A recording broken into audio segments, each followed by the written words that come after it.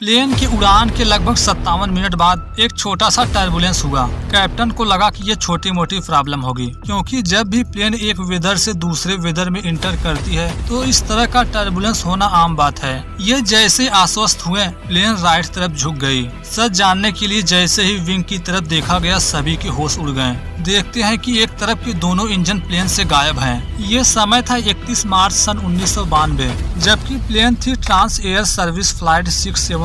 Transair Flight 671 is preparing for takeoff at Luxembourg Airport. Very basic aeroplane, very strong, very reliable, and could carry 40 or 50 tons of freight. Transair Flight 671, 31st of March 1992. The most experienced Boeing 707 flight engineers in the world. Story की शुरुआत हुई आज से लगभग 32 साल पहले 31 मार्च सन 1992 को। ये है यूरोप का छोटा सा देश लक्समबर्ग। यहाँ के लक्समबर्ग एयरपोर्ट से एक कार्गो प्लेन जाने वाली है एक लंबी यात्रा पर, जिसकी आखिरी डेस्टिनेशन थी देश नाइजीरिया। सुबह 7:14 पर यहाँ से टेक ऑफ की। जैसा कि हमने बताया, यह एक कार्गो प्लेन है, इसलिए प्लेन में कोई पैसेंजर नहीं बल्कि होगा सामान। प्लेन के 57 वर्षीय कैप्टन को अपने पूरे एयरलाइन कैरियर में लगभग 26,000 घंटे का फ्लाइट एक्सपीरियंस है। इनका अफ्रीका तथा यूरोप के बीच अनुभव काफी व्यापक था। वे वहाँ के रूट से अच्छी तरह वाकिफ थे। कैप्टन के साथ फर्स्ट ऑफिसर तथा थे 55 वर्षीय फ्लाइट इंजीनियर। इन तीन के अलावा एक 36 वर्षीय मैकेनिक तथा 27 वर्षीय कार्गो सुपरवाइजर भी हैं। लगभग 7 घंटों के सफर में प्लेन में रहेंगे यही 5 लोग। ये एयरक्राफ्ट एक लंबी दूरी वाला विमान था, जो 4 पावरफुल इंजनों द्वारा संचालित होता है। ये अपने टाइम का बहुत ही मजबूत तथा रिलायबल प्लेन है। लगभग 40 से 50 टन वजन ले जाने में सक्षम है, यानी 40,000 से 50,000 किलोग्राम जितना। पर इस समय प्लेन में सिर्फ 38 टन माल लोडेड है। इसमें तेल तथा वेदर संबंधित इंस्ट्रूमेंट ही हैं। दरअसल ये पूरी तरह से ऑयल इंडस्ट्री के लिए नाइजीरिया में तेल कार्यों के लिए बहुत सारे उपकरण ले जाने के लिए ही था। यह प्लेन बाकी प्लेन की अपेक्षा सबसे अलग बनाता था उसका ऑटोमेटिक सिस्टम का बहुत कम होना।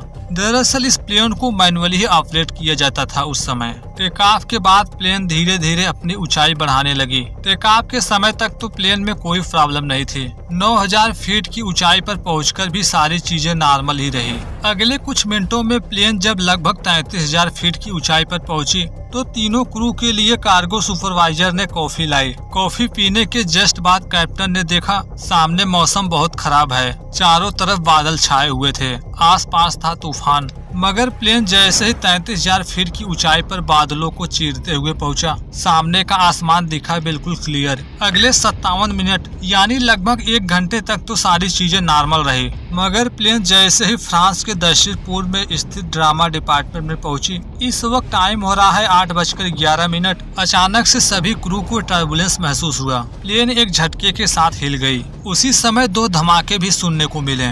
ये समझ पाते कि आखिर प्रॉब्लम क्या है, प्लेन राइट की तरफ झुकने लगा। ये देख कैप्टन प्लेन को ऑटो पायलट से हटाकर मैनुअली ऑपरेट करने की कोशिश किए। उनके पूरे कोशिश के बावजूद प्लेन बाएं तरफ झुकता जा रहा है। कैप्टन ने हार नहीं माना, प्लेन को पैरेलल करने के लिए पूरी ताकत लगा दी है। इसी समय सिग्नल मिला ये इंजन नंबर 3 और 4 को खो चुके हैं। इंजन अलार्म मिलते ही फर्स्ट ऑफिसर बाहर देखे। पता चला प्लेन के विंग में इंजन तो है ही नहीं, उखड़कर हवा में उड़ गया है। देरी किए बगैर तुरंत मेडे का कॉल किए। ये तभी किया जाता है जब प्लेन या फिर शिप में आई हो इमरजेंसी।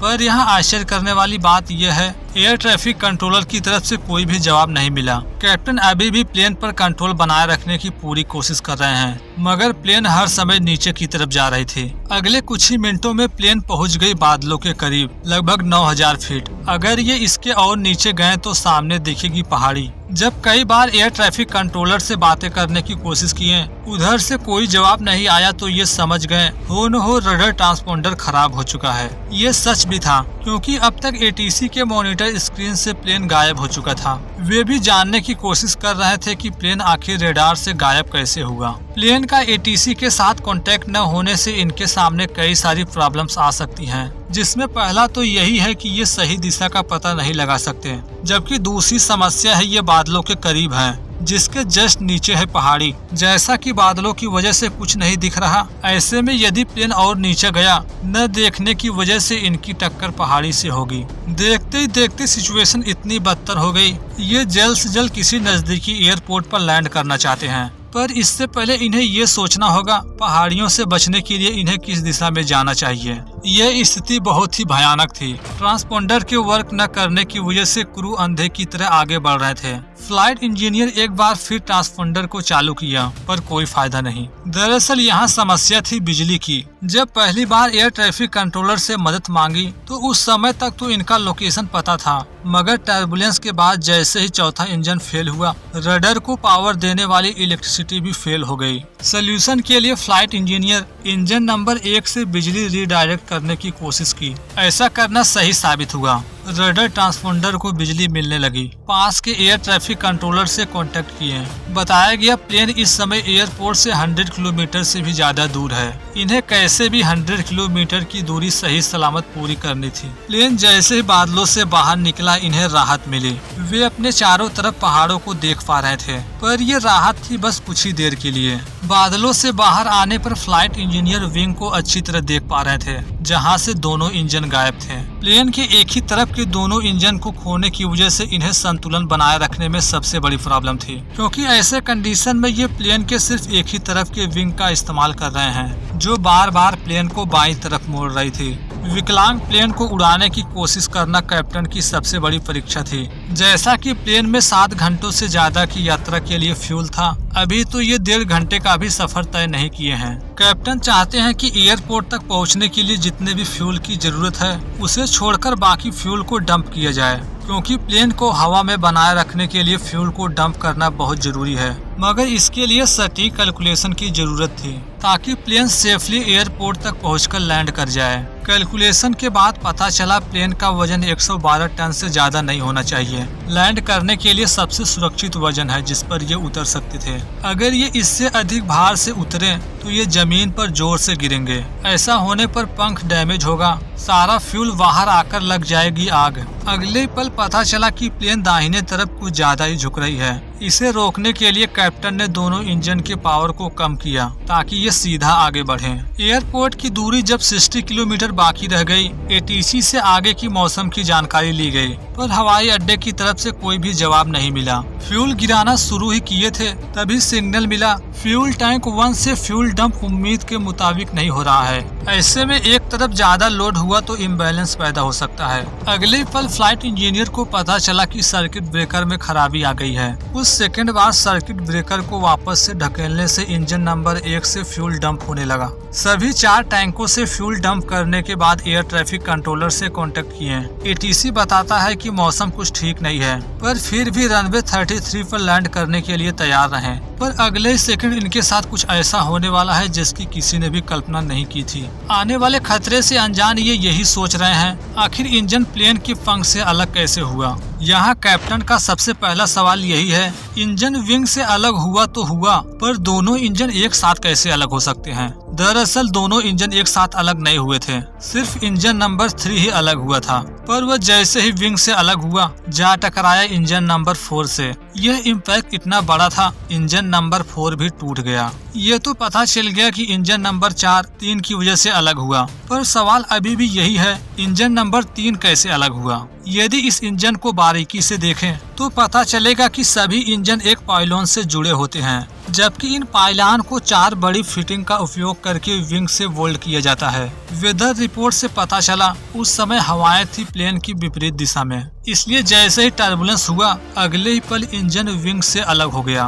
पर क्या फिटिंग इतना कमजोर था कि इतनी आसानी से टूट जाए? जिसका जवाब था नहीं, क्योंकि फिटिंग पहले से ही कमजोर थी। उसमें था एक दरार। एयर टर्बुलेंस जैसे ही हुआ, चारों फिटिंग टूट गए, जिससे इंजन नंबर 3 प्लेन से अलग हो गया। साथ ही साथ अलग कर दिया इंजन नंबर 4 को भी। दरअसल प्लेन के फिटिंग में क्रैक आने की शुरुआत उड़ान से पहले ही हुई थी, जिसका सबसे बड़ा रीजन था कि प्लेनों के गैराज में इनका सही तरीके से रख रखाव न करना। जहां पर प्लेन पार्क किए जाते थे वहाँ नमी पहले से ही थी। समय के साथ फिटिंग पर जंग लगने लगे। मेंटेनेंस के साथ लापरवाही की गई, पर यहाँ पर पूरी गलती मेंटेनेंस वर्कर की भी नहीं है, क्योंकि अगर इस फिटिंग को देखा जाए पता चलेगा फिटिंग पर जहाँ पर क्रैक था, सर्विस के टाइम फिटिंग का वह हिस्सा देखना आसान नहीं था जब तक कि इंजन को पूरी तरह से ओपन न किया जाए। जंग की वजह से उस हिस्से में छोटे छोटे सुराख हो गए। यही सुराख आगे चलकर एक बड़े दरार का रूप लिया। सबसे चौंकाने वाली बात ये भी थी, ये फिटिंग इस प्लेन का था ही नहीं,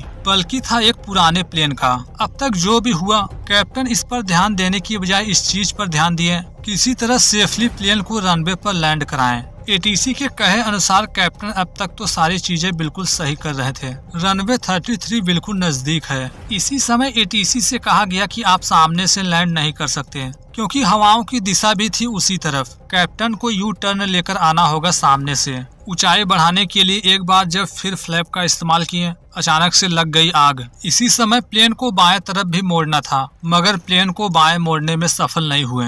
ये सब कुछ कंट्रोल टावर से भी देखा जा सकता था। एटीसी ने कहा कि घबराने की कोई जरूरत नहीं, मुझे उम्मीद है आप कर सकते हो। रनवे 33 पर लैंड नहीं किए तो क्या हुआ, वापस से टर्न लेकर रनवे 15 की तरफ से बढ़ो, जहां से ये पहली बार उतरना चाहते थे। खतरा तो इस बार भी है, पर दूसरा ऑप्शन न होने की वजह से ये उसी रूट पर लैंड करने का फैसला किए। जलते पंख के साथ कैप्टन ने प्लेन को बाईं तरफ टर्न किया, जिसे करना आसान नहीं था, क्योंकि इसके लिए इंजन नंबर 3 तथा 4 के पावर की जरूरत है, पर वह इंजन तो प्लेन से कब का अलग है। इसके बावजूद कैप्टन ने हार नहीं मानी। अपने सूझबूझ से कैप्टन प्लेन को रनवे 15 की तरफ टर्न करने में कामयाबी हासिल कर ली। प्लेन रनवे से भी टचडाउन हो गई। जैसा कि ये हवाओं की दिशा में ही लैंड किए थे, इसलिए प्लेन को रोकना थोड़ा सा मुश्किल है, वह भी ऐसे कंडीशन में जब एक तरफ का इंजन है ही नहीं। ऐसे कंडीशन में यदि थ्रस्ट रिवर्स का इस्तेमाल किए तो प्लेन बाएं तरफ चली जाएगी। इमरजेंसी ब्रेक के बाद भी प्लेन जब नहीं रुका, न चाहकर भी कैप्टन को रिवर्स थ्रस्ट का इस्तेमाल करना पड़ा। ऐसा करते ही प्लेन लेफ्ट साइड मुड़ गया, मगर कोई बड़ा हादसा होता इससे पहले प्लेन रुक गई। विंग में शॉर्ट सर्किट की वजह से लगी आग और विकराल रूप लेती, इससे पहले फायर फाइटर आकर आग बुझा दिए। इस तरह उड़ान के 1 घंटे 24 मिनट बाद 8:35 पर प्लेन सही सलामत रनवे पर लैंड करने में कामयाबी हासिल कर ली। 5 क्रू मेंबर बिल्कुल सही सलामत थे। पर जब इस प्लेन के साथ यह हादसा हुआ था, इसके मात्र 13 साल पहले ईयर 1979 में 3 कैदियों ने एक ऐसे जेल से भागने का प्लान किया जिस जेल से बाहर निकलने के रास्ते पर 10 दरवाजे थे, पर उन 10 दरवाजों को इस तरह बाईपास किया कि किसी के कानों कान खबर नहीं पड़ी, जिसके बारे में बात की गई है इस वीडियो में। तब तक एंजॉय कीजिए, मिलते हैं जल्द ही। धन्यवाद।